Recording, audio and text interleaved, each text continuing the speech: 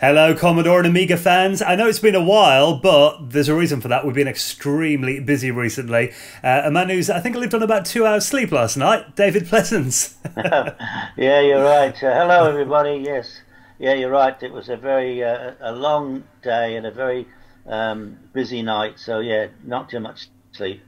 But hey, we're here now. We are. Well, we thought we'd do this video to kind of update people on where we're at with the Commodore The Inside Story project because, there has been quite a lot of progress made over the summer, hasn't there?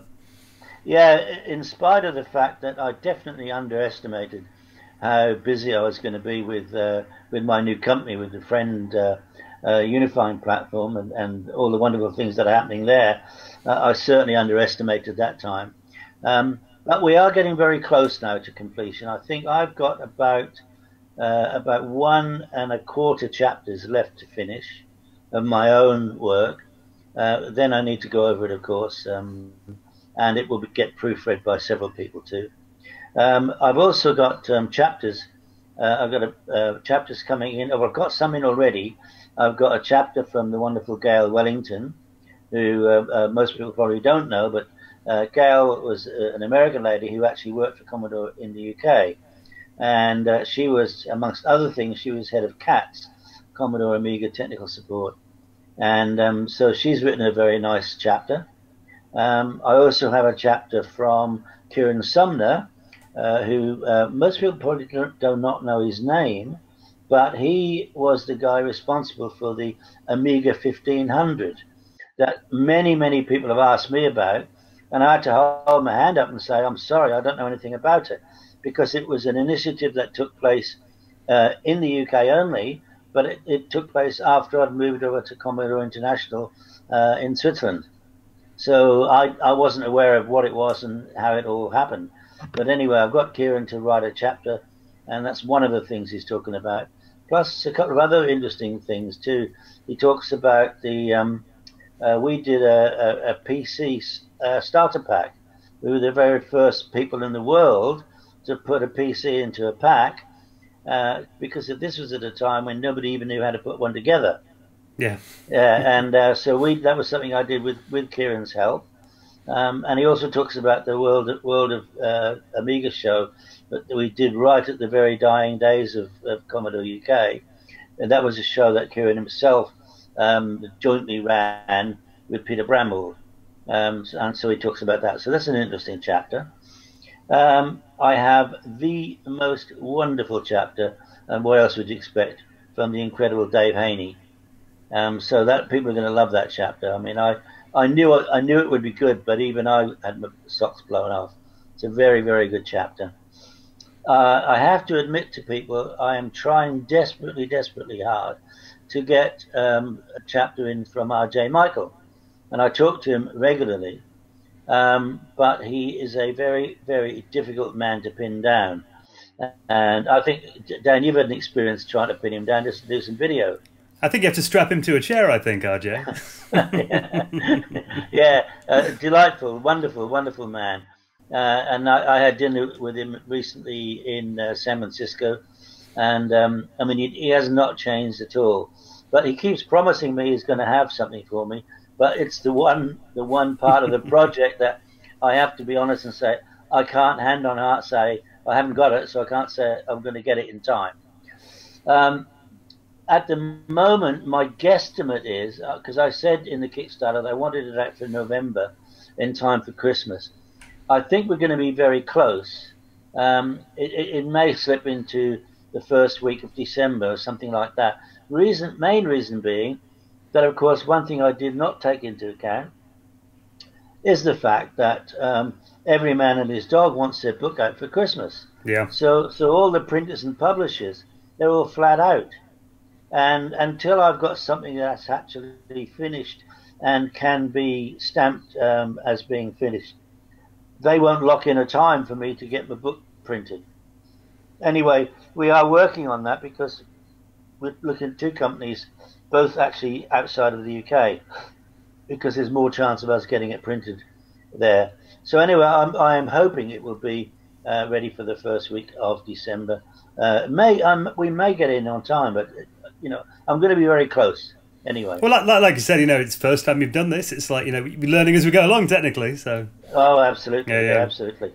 But what I can announce now is not the ultimate bit of news, and I strongly suggest if anybody's getting bored, please hang in there for a couple of minutes because I have got a fabulous piece of news. But what I've decided to do, because it makes perfectly good sense, is I'm going to try to do the launch of my book on December the 9th, which is a Saturday, in London. And the reason I've chosen that is because there is an absolutely wonderful full-length documentary just being finalized at the moment, which comes from Steve Fletcher's Wave M Studios. And it's the documentary, obviously all about Commodore, and it's called Commodore, Changing the World 8 Bits at a Time. And luckily I'm involved in quite a bit of it, only because of my longevity with Commodore. They've divided this documentary into 3 sections, and I happen to appear in all 3 because I was one of the longest serving people. so you have to put up with me in that, I'm afraid, guys and girls. But anyway, they are launching, the premiere of that is going to be shown at the Genesis Theatre in London, as I said, on Saturday the 9th of December. And so I'm hoping to actually have the book launched there. So anybody who comes along to that premiere, and I strongly recommend you do, because the bits that we've seen of this, it is absolutely immense. They have interviewed everybody who is possibly involved in Commodore right from the very beginning, including one of the Tramiels. So you're talking about the complete story, and it's been done very professionally. And I know it's going to be an immense documentary. Now, the final thing I want to announce, which I think everybody is going to be really pleased with, I had actually organized all of this when I first started with the Kickstarter, but the Kickstarter people did not allow me to tell anything because it's one of the things that they don't allow on their projects. But what I've done is I have negotiated, and somebody who has either pledged already, who's supported the Kickstarter, or who have decided to buy the book subsequently. And I do have a website where the book can be ordered and bought ahead of a launch. Anybody who's bought anything to do with the Kickstarter while it was on or since, all the names are going to be put into a hat, and some lucky person, get this, is going to win a brand new Aeon X1222 computer, which has not even been released yet. Okay, but Trevor Dickinson from Aeon has very kindly donated to this cause this computer. So somebody is going to win that. I can't say whether it's going to be available on the 9th of December because he's still waiting for software to be finished for it. But what I can say is that the lucky winner will get that product. It will be one of the very first ones off the production line. Now, I think, well, I don't know what anybody else thinks, but I think that's astounding. Absolutely, and it's very unique prize. Like you said, you're going to be one of the first people in the world to get your hands on this. And these are kind of like the new generation of Amigas. They're on like Amiga OS 4.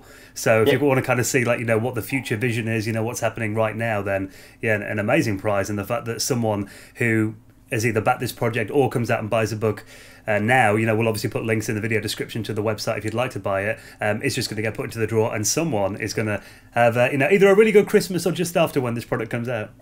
Well, they'll know before Christmas who's won it.